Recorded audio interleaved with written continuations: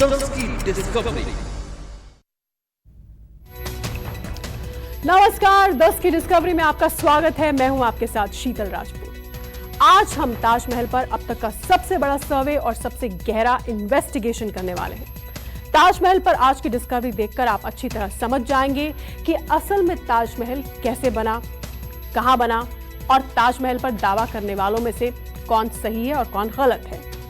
आज इस इन्वेस्टिगेशन में एक्सपर्ट्स की राय से लेकर ग्राउंड रिपोर्ट तक कंप्लीट डिस्कवरी करेंगे। देखिए ताजमहल पर सबसे बड़ा सर्वे, 4 हवेलियों की डिस्कवरी।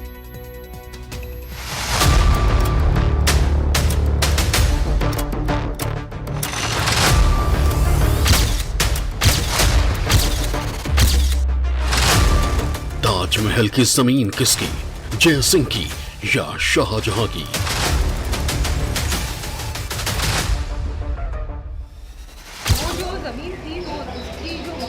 हमारे पास भी जो दस्तावेज हैं, ये पैलेस था और शाहजहां ने इस पे कब्जा किया या कीमत चुकाई? ताजमहल की क्या है सच्चाई? दफनाया गया यहाँ आगरा में लाकर जिस जगह दफनाया उसका नाम था मान सिंह का महल। क्या 4 हवेलियों में खरीदा ताज खुलेगा शाहजहां के सौदे का राज? शाहजहां ने उनसे ये ज़मीन मांगी और उसके बदले में उनको कुछ दूसरी हवेलियां देने का उन्होंने प्रस्ताव रखा। ताजमहल पर सबसे बड़ा सर्वे, 4 हवेलियों की डिस्कवरी।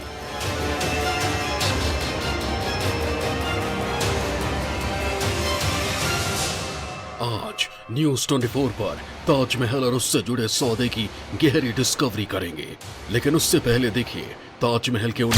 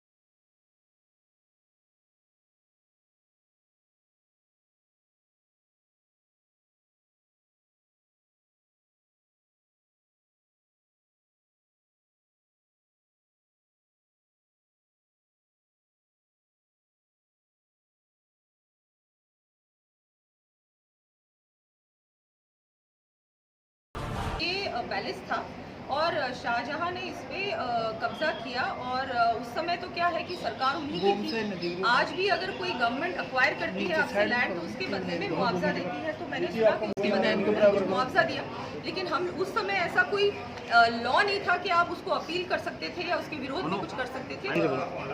जयपुर पूर्व राज परिवार की ज़मीन थी और आज भी ये जो स्थिति है, बहुत अच्छा है कि इन्होंने किसी ने आवाज़ उठाई और पिटीशन फाइल की है। उसके लिए कोई भी अगर आवश्यकता पड़ेगी दस्तावेजों की या कुछ भी, तो हमारे वहाँ ट्रस्ट में खोदी खाना भी है।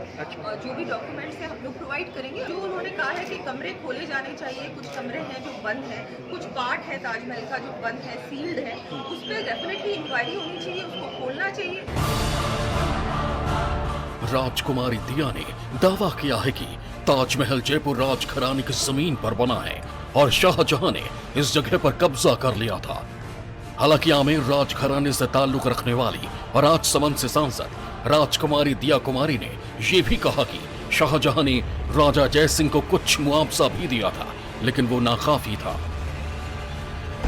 लेकिन क्या दिया का यह दावा सच है? इसे जानने के लिए न्यूज़ 24 ने जयपुर से लेकर दिल्ली तक और आगरा की गलियों तक में बड़ी रिसर्च शुरू की।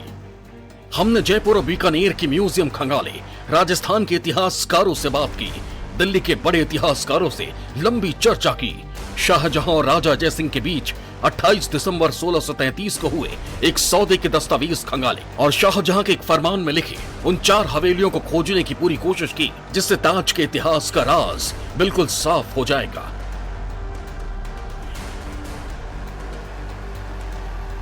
चूंकि यह विवाद आमेर के राजघराने से ताल्लुक रखने वाली राजकुमारी दिया के दावे से उठा है, इसलिए हमने अपनी रिसर्च राजस्थान से ही शुरू की। जयपुर के इतिहासकार डॉक्टर आनंद शर्मा ने ताजमहल पर कई रिसर्च पेपर लिखे हैं, इसलिए हम अपने सवालों के साथ सबसे पहले उन्हीं के पास पहुंचे। उसके साथ क्या क्या हुआ था, कहाँ शर्फें लुटाई गई थी, कहाँ मोहर लुटाई गई थी, उसका पूरा डिटेल उसके अंदर शाहजहानामा में है। लेकिन ताजमहल के निर्माण का उल्लेख उसमें भी नहीं है। उसमें इसका नाम है मान सिंह का महल। ताजमहल का जो इस वक्त जिस जगह, हाँ, जिस जगह दफनाया गया, जहाँ आगरा में लाकर जिस जगह दफनाया, उसका नाम था मान सिंह का महल। पंक्ति पर इसका नाम मान सिंह का महल है, क्योंकि उसमें पहले राजा मान सिंह का निवास था अकबर के काल में, और बाद में उसके पोता मिर्जा राजा जय सिंह उसमें रहता था। जयपुर के इतिहासकार डॉक्टर आनंद शर्मा ने दावा किया कि आगरा के जिस महल में राजा मान सिंह रहते थे, उसे शाहजहां ने मुमताज की कब्र बनाने के लिए लिया था। डॉक्टर आनंद शर्मा ने यह भी दावा किया कि मुमताज को आगरा में पहली बार ताजमहल में नहीं, बल्कि मान सिंह के महल के बाग में दफनाया गया था। दिया कुमारी जो कह रही है कि उनकी जमीन को कब्जाया गया, आप बता रहे हैं कि उसके बदले 4, जहाँ पर उनके मानसिंह महल को लेने के लिए 4 हवेलियां दी गई, हवेलियां दे के जमीन खरीदी गई या कब्जाया गया, इसे क्या कहा गया? ये इस्लाम में कहा गया है कि कब्रिस्तान के लिए जमीन, छीनी हुई जमीन नहीं होनी चाहिए, खुद की खरीदी हुई जमीन होनी चाहिए। तो इसलिए उसने उस महल, ताजमहल के बदले में 4 हवेलियां उसको दी। डॉक्टर आनंद शर्मा ने ताजमहल राजा मान सिंह का महल नाम से एक रिसर्च पेपर भी लिखा है। उन्होंने ताजमहल के बारे में कई हैरान कर देने वाली बातें की, जैसे उन्होंने दावा किया कि जिस वक्त ताजमहल बनने की तारीख बताई जाती है, उस वक्त शाहजहां युद्ध में व्यस्त थे और आगरा में भयानक अकाल पड़ा था। ऐसे वक्त में ताजमहल जैसी दिव्य और भव्य इमारत कैसे बनवाई जा सकती थी? सवाल बड़ा था, इसलिए हमने अपनी डिस्कवरी को आगे बढ़ाया और हम पहुंचे दिल्ली के जाने माने इतिहासकार और बीकानेर आर्काइव में काम कर चुके डॉक्टर फिरदौस अनवर के पास। ये जमीन मिर्जा की थी और उसको शाहजहां ने मुआवजा देकर, दूसरी हवेलियां उनकी देकर खरीदा, क्योंकि इस्लाम के हिसाब से ये माना जाता है कि अपने मुर्दे को किसी की ज़मीन में दफन करना नाजायज़ है। उसको आप खरीदिए, उसका मुआवजा दीजिए, तब उसको दफन कीजिए। वही शाहजहां ने किया। तो इसके लिखित प्रमाण मौजूद हैं और पूरा कंस्ट्रक्शन इसका फाउंडेशन से लेकर और कंप्लीशन तक, उसकी कवरेज हम जिन 3 ग्रंथों के नाम बता रहे हैं उसमें सबसे ज़्यादा डिटेल्स हमें जो मिलती है फाउंडेशन से लेकर कंप्लीशन तक की, वो अब्दुल हमीद लाहौरी के वॉल्यूम 1 पार्ट 1 में मिलती है और वॉल्यूम 2 में मिलती है। और चहार चमन में चंद्रभान ने इसको पार्ट 2 में इन सारी स्ट्रक्चर्स की चर्चा की है। डॉक्टर फिरदौस अनवर से हमने ताजमहल की हवेली कनेक्शन के बारे में सवाल पूछा। उन्होंने बताया कि बीकानेर आर्काइव में आज भी वो शाही फरमान दस्तावेज के तौर पर रखा है, जिस पर शाहजहां और मिर्जा जय सिंह के दस्तखत हैं। सांसद दिया कुमारी ने उन्होंने कहा कि जमीन उनकी है, शाहजहां ने कब्जा कर ली थी उस समय।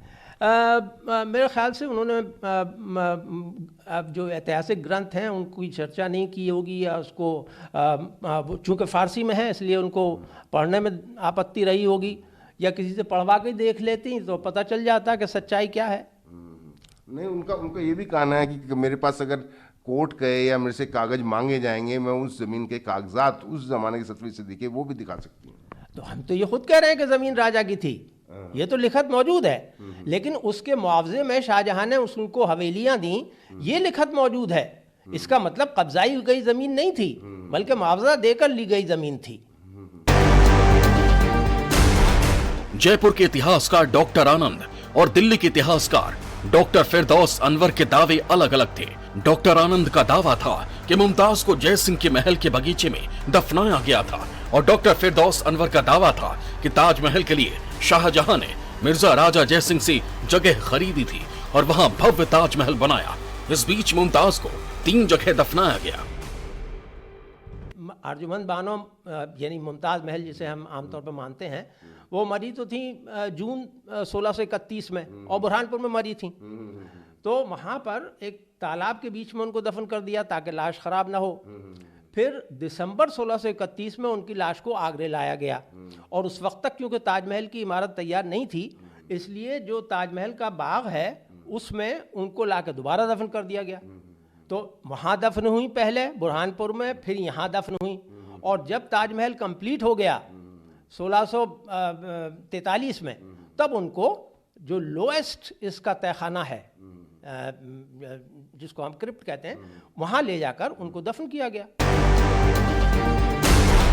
हमने डॉक्टर फिरदौस अनवर से ताजमहल के उन सीक्रेट कमरों के बारे में भी पूछा जो ना जाने कब से बंद हैं और जिन्हें खुलवाने की मांग हिंदू पक्ष की तरफ से होती है। रिकॉर्ड के हिसाब से 19 हैं।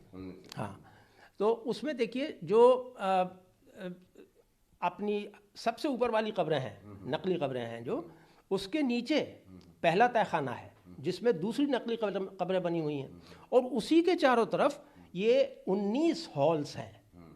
19 हॉल्स हैं और उनमें मार्बल वर्क नहीं है बल्कि स्टको है, प्लास्टर है ब्रिक वर्क पर, जो शाहजहां के ज़माने में इतना चमकदार सफ़ेद किया जाता था कि वो देखने से आदमी अंदाज़ा नहीं लगा सकता कि वाइट मार्बल है या प्लास्टर है, इतना खूबसूरत प्लास्टर होता था। वो सब वहाँ है और वो जो तहखाना है उसको आज भी अगर हम ताजमहल के पीछे की तरफ, जमुना की तरफ जाकर देखें तो वो उस तरफ से उनको देखा जा सकता है अंदर के हॉल्स को। लेकिन उन हॉल्स के अंदर क्या है ये न तो किसी उस ज़माने के किसी इतिहासकार ने लिखा है और ना हमारे पास कोई ऐसा एविडेंस है कि वो कभी खुला था हिस्सा। 1666 में और शाहजहां के वहाँ दफन हो जाने के बाद वो पूरी तरह से उस दरवाजे को सील कर दिया गया, ब्रिक वर्क करके उसको पूरी तरह बंद कर दिया गया।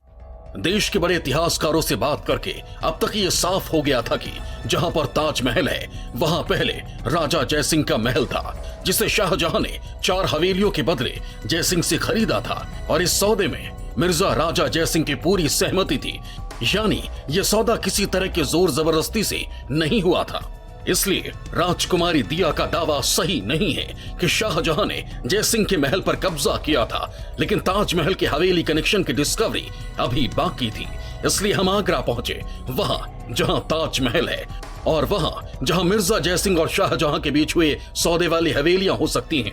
यहां हमारी मुलाकात आगरा के बड़े इतिहासकार डॉक्टर राजकिशोर राजे से हुई। ये सौदा मैं नहीं समझता कि राजी खुशी से हुआ होगा, लेकिन बादशाह की आज्ञा को टालना भी किसी का उस समय नियंत्रण नहीं था। ये उसका हिंदी अनुवाद है जिसमें ये 4 हवेलियां, जिसमें इन 4 हवेलियों का जिक्र है। चारों हवेलियां वो इस प्रकार हैं, देखिए। डॉक्टर राजकिशोर राजे ने शाहजहां और मिर्जा जयसिंह के बीच हुए सौदे के कागज दिखाए। फारसी में लिखे इस सौदे के हिंदी अनुवाद में लिखा था कि राजा मिर्जा अपनी मर्जी से 4 हवेलियों के बदले मुमताज महल की कब्र के लिए अपना महल बादशाह शाहजहां को दे रहे हैं। अब उन 4 हवेलियों के बारे में जानिए जिन्हें ताजमहल के लिए जमीन के बदले राजा जयसिंह को दिया गया था। राजा भगवान दास की हवेली, राजा माधव सिंह की हवेली, आगरा के मोहल्ला अतगा खान में रूपसी बैरागी की हवेली और चांद सिंह सुपुत्र सूरज सिंह की हवेली। इतिहासकारों के बातचीत में और शाहजहां के वक्त के दरबारी लेखक अब्दुल हमीद लाहौरी की किताब बादशाह नामा और चंद्रभान ब्राह्मण की ऐतिहासिक किताब चहार चमन में इन्हीं 4 हवेलियों का जिक्र था। अब हमने इन हवेलियों को ढूंढना शुरू कर दिया। सबसे पहले हमने भगवान दास की हवेली को ढूंढा। साल 1632 ईस्वी में अपनी दिलकश बेगम मुमताज़ ताजमहल की याद में जब मुग़ल सम्राट शाहजहां ने ताजमहल का निर्माण शुरू करवाया तो उसके बदले अधिग्रहित की गई ज़मीन के बदले जो ज़मीन और हवेलियां दी गई उनमें पहला नाम भगवान दास की हवेली का आता है। ये वही भगवान दास हैं जो अकबर के मशहूर दरबारी रहे मान सिंह के पिताजी थे, यानी कि अपने ही दादा को ज़मीन को उन्हीं के पोते जय सिंह को मुग़ल सम्राट शाहजहां ने ये ज़मीन ताजमहल के बदले गिफ्ट कर दी थी। जहां कभी भगवान दास की हवेली हुआ करती थी, वहां आज आगरा के कई सरकारी दफ्तर हैं। यही आगरा विकास प्राधिकरण का दफ्तर भी है।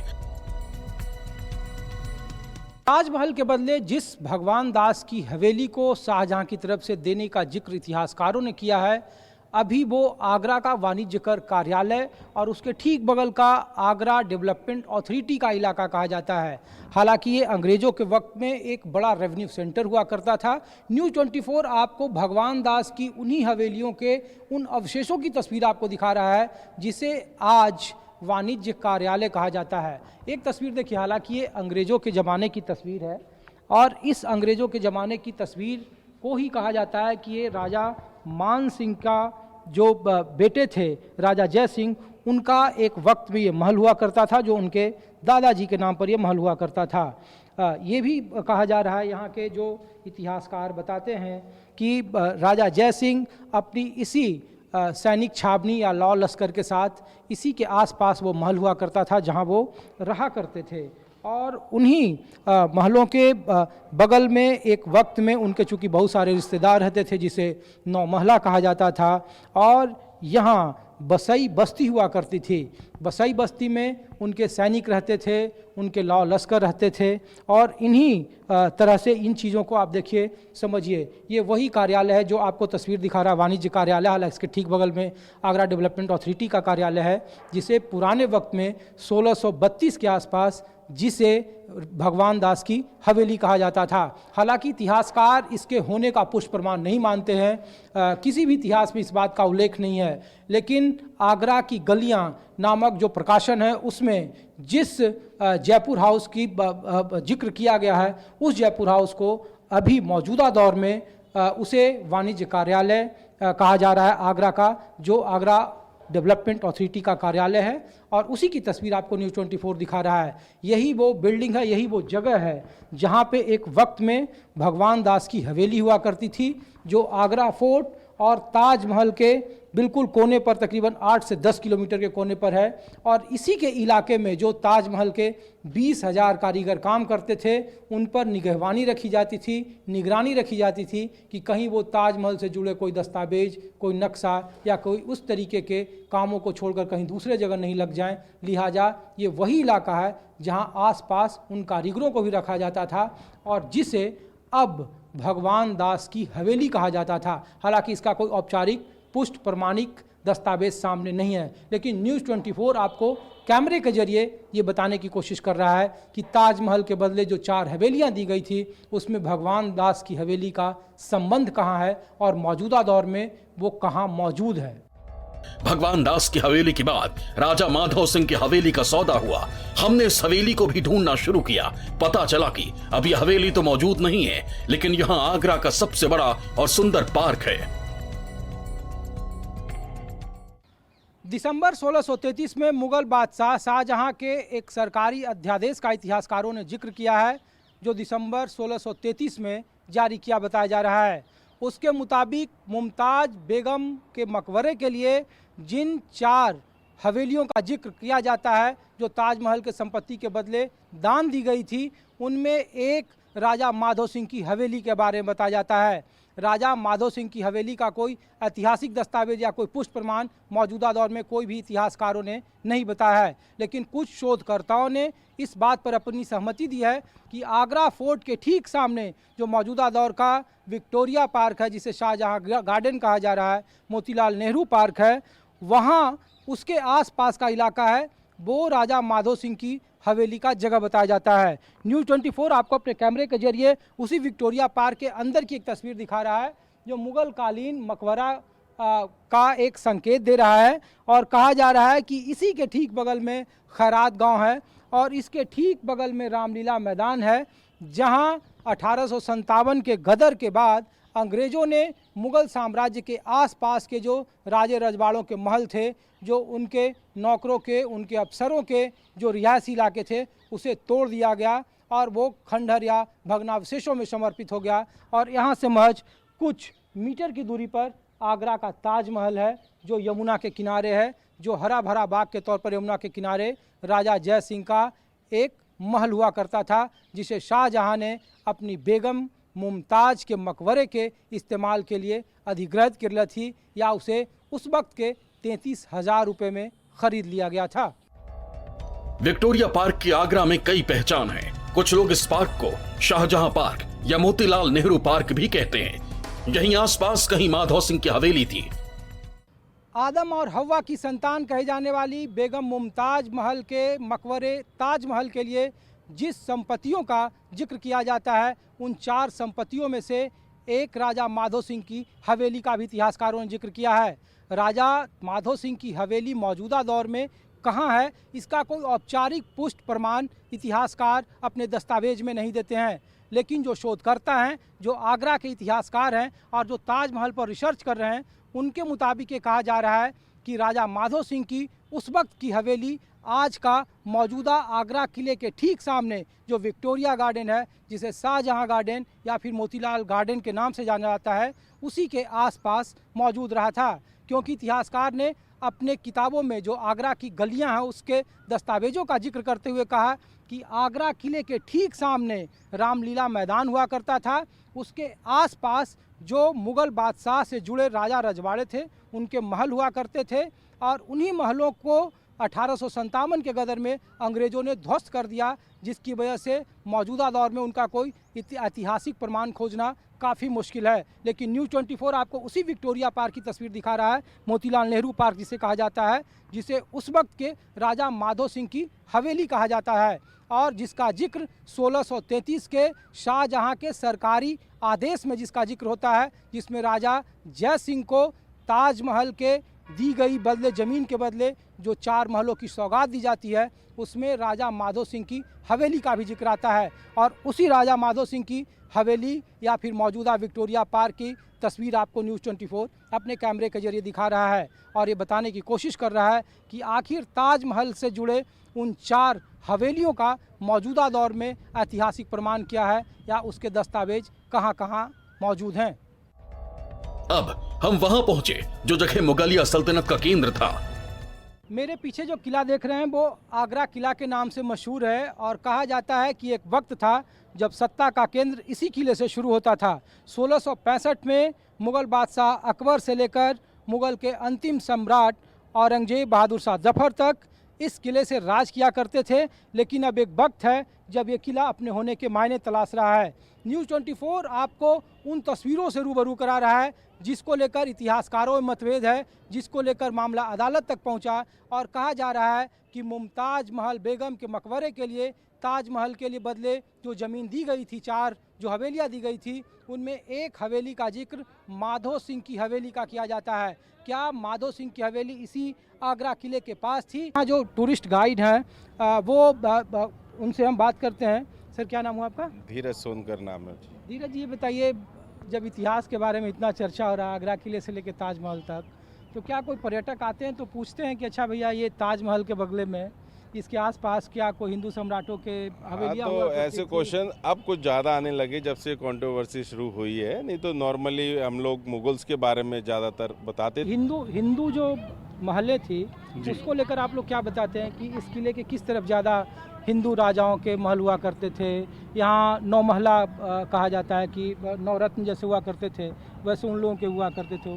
इसके क्या प्रमाणिक तौर पर आप लोग कुछ बात कर पाते हैं, अपने पर्यटकों को बता पाते हैं इसके बारे में? सर, इस फोर्ट के देखने के बाद में पर्यटक तो पहले इतना थक जाता है तो वो पहले होटल जाना चाहेगा। उसके बाद में अगर वो पूछता है कि इसके बाद में अगर हम देखना चाहें तो वो हवेली हमको कहाँ देखने के लिए मिलेगी, तो यहाँ एक बाज़ार होता है जिसका नाम है किनारी बाज़ार।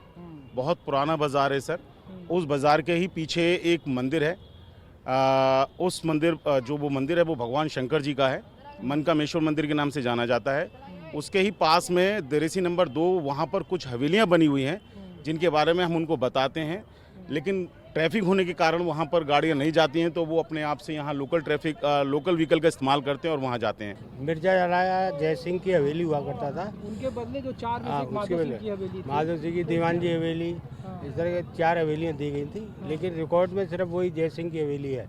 अच्छा, जिसको मतलब फरमान भी शाहजहां का लगा हुआ है म्यूजियम के अंदर। तो बिल्कुल जो यहाँ के पर्यटक आते हैं और जब पूछते हैं कि जो 4 राजाओं के महल उनके ताजमहल के बदले दिए गए थे, तो उसमें एक जो राजा का महल था वो राजा माधव सिंह का था और माधव सिंह का जो महल है वो बताया जाता है कि इस किले के चार दीवारी के ठीक उधर माधवगढ़ कहा जाता था और उसी के आसपास वो किला हुआ करता था, वो हवेली हुआ करती थी, जो अब इतिहासकार कोई से विक्टोरिया पार्क कहते हैं या कोई उसे महज कुछ मीटर की दूरी जो रामलीला मैदान है वहाँ पे कहा जाते हैं। लेकिन इसी फोर्ट के पीछे वाले हिस्से की तरफ से इसे पीपल मंडी कहा जाता है, वहाँ भी दो हवेलियों का जिक्र है और उन दो हवेलियों का क्या रिश्ता है ताजमहल के ज़मीन से, सरकारी अध्यादेश क्या कहते हैं उसमें, इस बारे में आपको जानकारी बता रहा है न्यूज़ 24 अपने ख़ास पेशकश में अपने कैमरे के उन जीवित चलचित्रों के माध्यम से जो इतिहास को करीब से जानते और समझते हैं।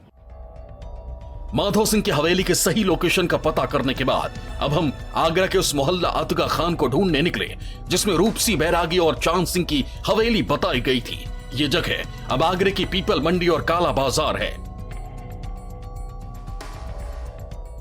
मेरे पीछे जो टूटा फूटा मकान देख रहे हैं जीर्णशीर्ण हालत में, ये 300 साल पहले की तस्वीर को बयां कर रही है।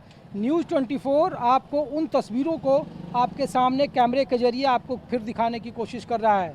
दरअसल न्यूज़ 24 जहां खड़ा है वो एक वक्त का मुग़ल बादशाह के समय में जिसका नाम अतगा खान बाज़ार हुआ करता था, अतगा खान बाज़ार को ही आज के वक्त में पीपल मंडी या काला महल कहा जाता है। चूँकि चांद सिंह जो राजा थे उस वक्त के, उनके हवेली का नाम कला महल था जो अब काला महल हो गया।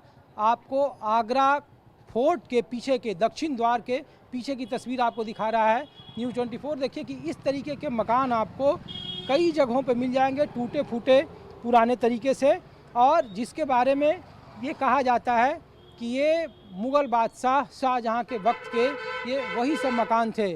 न्यूज़ 24 एक बार फिर आपको, चूँकि आगरा के ताजमहल के बदले जिन 4 महलों को बख्शीश में देने की बात कही गई थी राजा जय सिंह को, उसमें से एक जो महल था उसका नाम चांद सिंह था और दूसरा था रूपसी बैरागी का महल। चांद सिंह और रूपसी बैरागी का महल के बारे में कहा जाता है कि चूँकि मुग़ल बादशाह के वक्त में, मुग़लों के काल में, उस वक्त इसे शहर के नाम से जाना जाता था। जब आप आगरा फोर्ट के पीछे दक्षिण दरवाजे की तरफ से निकलेंगे तो वो पब्लिक के आने जाने का रास्ता था और वहीं से ये इलाका शुरू होता है।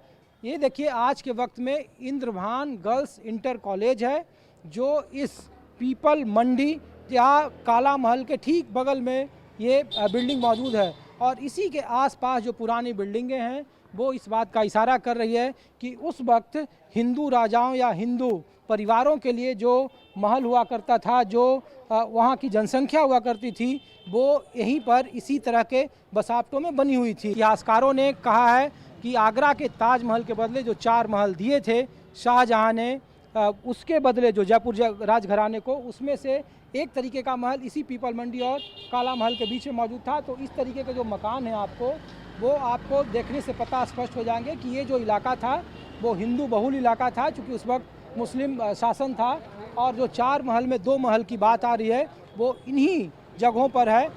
पीपल मंडी में हमें कई पुरानी इमारतें मिली। यही हमारी मुलाकात एक ऐसे शख्स से हुई जिन्होंने 40 साल तक ताजमहल में नौकरी की है और वो खुद 350 साल पुरानी हवेली में रहते हैं। पीपल मंडी और काला महल में हमें रूपसी बैरागी की हवेली और चांद सिंह सुपुत्र सूरज सिंह की हवेली का पता भी मिल गया। हमारी डिस्कवरी पूरी हो गई थी, लेकिन हमें एक और चौंकाने वाली जगह का पता चला, उस जगह का जहां मिर्जा गालिब का जन्म हुआ था। आज यहां इंद्रभान गर्ल्स इंटर कॉलेज है। 10 की डिस्कवरी, न्यूज़ 24।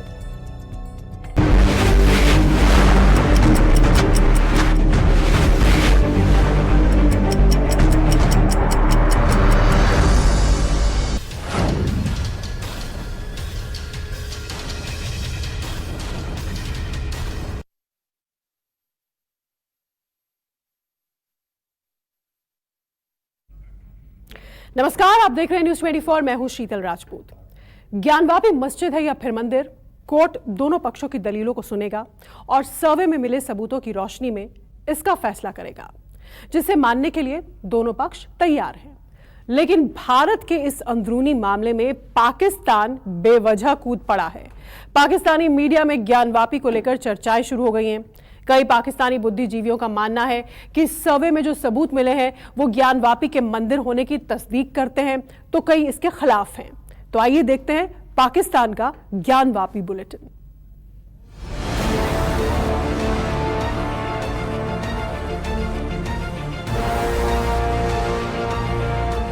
ये दरअसल टेंपल की जगह है और यहाँ पर मॉस्क जो है वो बाद में बनाई गई। इस मस्जिद के अंदर ज्योतिर्लिंग मौजूद है, शिवलिंग मौजूद है।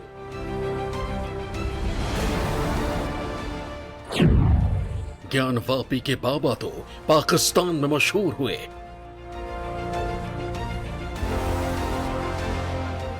आप काशी चले जाएं, बनारस जिसे कहते हैं हम, और सामने देखिए तो वो टेंपल का अगला हिस्सा तो मस्जिद है। ज्ञानवापी के भोले से क्यों डरता है पाकिस्तान?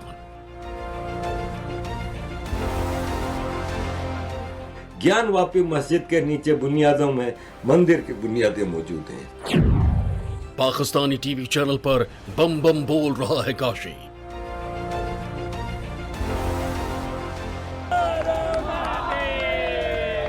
जब मुसलमानों का गालबा आया तो तोड़ेंगे चीजें, लेकिन एटलीस्ट वहां पे नहीं बनाते। पाकिस्तानी चैनल्स पर कुछ ऐसी ही बहस छिड़ी है। बहस ज्ञानवापी मस्जिद को लेकर। एक्सपर्ट अपने अपने तर्क दे रहे हैं।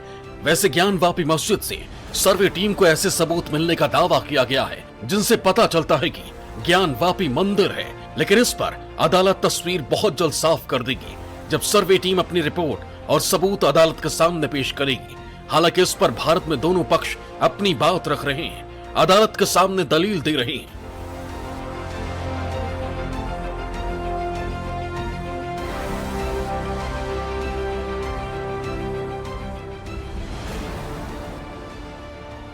वैसे तो ज्ञानवापी भारत का अंदरूनी मामला है जिसमें किसी दूसरे देश को पढ़ने की ना जरूरत है न ही पढ़ना चाहिए, लेकिन भारत के मामले में बेवजह टांग अड़ाने की पाकिस्तान की पुरानी आदत है और यही वजह है कि पाकिस्तान की मीडिया में ज्ञानवापी को लेकर चर्चाओं का दौर शुरू हो गया है। जो ज्ञानवापी पर हुए सर्वे पर बात कर रहा है तो शिवलिंग मिलने की बात पर भी हैरान परेशान है। जो ज्ञानवापी मॉस्क है और जो टेंपल है साथ, जो कि विश्वनाथ ज्ञानवापी मॉस्क इसको कहा जाता है, और साथ ही उसके बिल्कुल एक ही जगह पे है। जो जगह है ये दरअसल टेंपल की जगह है और यहाँ पर मॉस्क जो है वो बाद में बनाई गई। उस टेंपल की जगह को तोड़ के इस तरीके से बनाई गई। तो उसके बाद जो कोर्ट है उसने ये ऑर्डर किया कि इस पे एक आर्कियोलॉजिकल सर्वे करवा लिया। पाकिस्तान के इस एंकर का भी मानना है कि ज्ञानवापी मंदिर की जगह है जहां मस्जिद को बाद में बनाया गया, लेकिन भारत में ही कुछ ऐसे लोग भी हैं जो इस सच को कबूल करने को तैयार नहीं है, जबकि दावा है कि सर्वे टीम को सर्वे के दौरान ज्ञानवापी मस्जिद से शिवलिंग मिला है, जो इस बात की काफी हद तक तस्दीक करने के लिए काफी है कि ज्ञानवापी मस्जिद मंदिर को तोड़कर बनाई गई होगी। इस मस्जिद के अंदर ज्योतिर्लिंग मौजूद है, शिवलिंग मौजूद है। ये अब मोदी जी के गवर्नमेंट के बाद 2 सेकंड टर्म के अंदर ये उनमें हिम्मत आई है कि वो अपनी हेरिटेज को प्रोटेक्ट करने के लिए और अपनी सेल्फ रिस्पेक्ट के लिए वो कह रहे हैं कि हमारा मंदिर अगर तुमने तोड़ा है तो we will build it back. दरअसल पाकिस्तान का एक तबका ऐसा है जो भारत से नफरत के सिवाय कुछ नहीं सोचता। बिना सच जाने बस भारत के खिलाफ जहर उगलने की उनकी आदत है, जबकि पढ़ा लिखा तबका सही गलत को जानने के बाद ही भारत को लेकर कोई बयानबाजी करता है। इन्हीं में तारिक फतेह शामिल हैं, जो इन्हें पाकिस्तानी मीडिया ने ज्ञानवापी पर चर्चा के लिए बुलाया तो फतेह साहब सच बोले बिना नहीं रह पाए और सच सुनकर पाकिस्तानी तिलमिला उठे, क्योंकि इनका मानना है कि भारत जो कुछ कर रहा है उसमें कुछ भी गलत नहीं है, बल्कि भारत अपनी विरासत और आत्मसम्मान के लिए जो कर रहा है वो एकदम सही है। जी के गवर्नमेंट के बाद 2 सेकंड टर्म के अंदर ये उनमें हिम्मत आई है कि वो अपनी हेरिटेज को प्रोटेक्ट करने के लिए और अपनी सेल्फ रिस्पेक्ट के लिए वो कह रहे हैं कि हमारा मंदिर अगर तुमने तोड़ा है तो we will build it back where it was. आप खुद जाके देख लीजिए इस मस्जिद को। आप आप काशी चले जाएं, बनारस जिसे कहते हैं हम, और सामने देखिए तो वो टेंपल का अगला हिस्सा तो मस्जिद है और उसका पीछे का पूरा हिस्सा हिंदू टेंपल के कब्जे में। तो आप अंदाजा लगाइए पाकिस्तान में अगर ये हो सकता हो। अब पाकिस्तान के इस शख्सियत से मिली यारिफ अजाकिया है।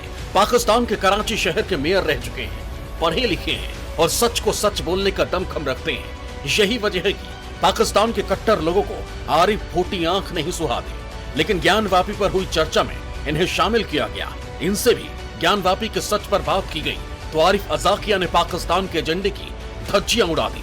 इनका मानना है कि ज्ञानवापी मस्जिद के नीचे मंदिर की बुनियाद है, जिसे अब हिंदू पक्ष को साबित करने के लिए अदालत का दरवाजा खटखटाना पड़ा है और सर्वे कराने की जरूरत पड़ी। ज्ञानवापी मस्जिद के नीचे बुनियादों में मंदिर की बुनियादें मौजूद हैं और ऐसे हजारों मंदिर हैं।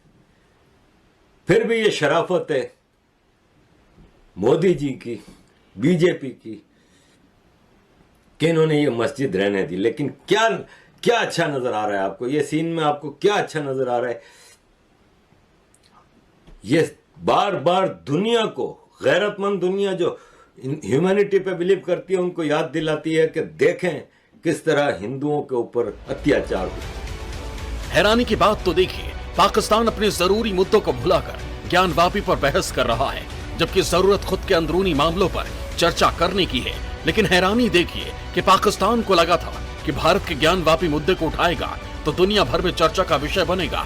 लेकिन ताज्जुब ये कि डिबेट में शामिल एक्सपर्ट ही भारत के कदम की तारीफ कर रहे हैं, क्योंकि ये वो थिंक टैंक हैं जो मजहब से ऊपर उठकर बात करते हैं, जो सच को सच और झूठ को झूठ बोलने की हिम्मत रखते हैं। इन पाकिस्तानियों का तो यहाँ तक मानना है कि अयोध्या काशी के बाद अब मथुरा की बारी है। लॉर्ड कृष्णा की जो है जाय पैदाइश, उस पे कब्जा, उस पे मस्जिद बनी हुई है। जहां आप देखिए ये मस्जिद बनाई हुई, आपने हिंदू आर्किटेक्चर जो हिंदू, देखिए नाम मुल्क का है हिंदुस्तान। जो पहला मुसलमान आया उससे भी प्रॉफिट ने कहा मुझे हिंद से मीठी ठंडी हवाएं आती हैं। आप ये हदीसें छुपा के रखते हैं, मुझे मीठी हवा आती है। पाकिस्तान में ज्ञानवापी पर चर्चा सिर्फ टीवी चैनल्स या फिर सोशल मीडिया पर ही नहीं हो रही, बल्कि पाकिस्तान के पत्रकार गली गली घूम रहे हैं। वो ज्ञानवापी पर आम पाकिस्तानियों के मन की टोह ले रहे हैं। लेकिन कमाल देखिए, आम पढ़ा लिखा समझदार पाकिस्तानी भी भारत के फैसले की तारीफ करते नहीं थक रहा। इनका यही मानना है कि अगर गलत हुआ तो उसे ठीक करने में बुराई कैसी। मंदिर उनका तोड़ के वहाँ पे मस्जिद बनाई थी ना, आप मतलब ठीक है उस दौर में तोड़े गए, जब मुसलमानों का गालबा आया तो तोड़े गए चीज़ें, लेकिन एटलीस्ट वहाँ पे नहीं बनाते कि सिंपल सी बात है, कहीं और जगह पे बना लेते हैं। नंबर 1। सेकंड ये अभी वो पावर में है, ठीक है, तो हिस्ट्री जो है ना वो लोग पढ़ते हैं, देखी जाती है कि इन लोगों ने, मुसलमानों ने हमारे साथ क्या किया, तो वो देखेंगे कि यार हाँ हम लोग उस टाइम में माइनॉरिटीज़ थे या कमज़ोर थे, तो इन लोगों ने हम पे जुल्म किया, इन्होंने हमारे मंदिर को तोड़ के वही जगह पे मस्जिद बनाई, ठीक है। तो ये वही बात आ जाती है मुकाफ़ात अमल। अगर आपने इस तरह किया ना, मैं नहीं समझता कि इस तरह करना चाहिए था। पाकिस्तानी मीडिया ऐसी चर्चा कराकर भारत के खिलाफ माहौल बिगाड़ने की कोशिश करता है और ये दिखाना चाहता है कि भारत में एक खास समुदाय के साथ सब ठीक नहीं है। लेकिन पाकिस्तान की मीडिया को भी ये अंदाजा नहीं रहा होगा कि ज्ञानवापी पर डिबेट करके उसे मुंह की खानी पड़ जाएगी, क्योंकि जिन एक्सपर्ट से पाकिस्तान के पत्रकार भारत के खिलाफ सुनना चाहते थे, उन्हीं ने ज्ञानवापी पर भारत के कदम की तारीफ कर डाली। ज्ञानवापी मस्जिद के नीचे बुनियादों में मंदिर की बुनियादें मौजूद हैं और ऐसे हजारों मंदिर हैं। फिर भी ये शराफत है मोदी जी की, बीजेपी की, कि इन्होंने ये मस्जिद रहने दी। लेकिन क्या अच्छा नजर आ रहा है आपको ये सीन में? आपको क्या अच्छा नजर आ रहा है? ये बार बार दुनिया को, गैरतमंद दुनिया जो ह्यूमैनिटी पे बिलीव करती है, उनको याद दिलाती है कि देखें किस तरह हिंदुओं के ऊपर अत्याचार। पाकिस्तान के हुक्मरान और मीडिया ज्ञानवापी पर नजरें जमाए हुए हैं। वो पल पल की जानकारी हासिल कर रहे हैं, जबकि सच यही है कि ज्ञानवापी मस्जिद है या मंदिर, और ज्ञानवापी का पूरा सच क्या है ये अदालत तय करेगी, और इसके लिए निष्पक्षता के साथ सर्वे किया गया है। Bureau report, news 24। नमस्कार, मैं हूं मानक गुप्ता। अगर आपको हमारा ये वीडियो पसंद आया हो तो इसे लाइक और शेयर जरूर करें, और हाँ, हमें सब्सक्राइब और फॉलो करना ना भूलें ताकि आप देश और दुनिया की कोई खबर मिस ना करें। तो जुड़े रहिए हमारे साथ और देखते रहिए न्यूज़ 24।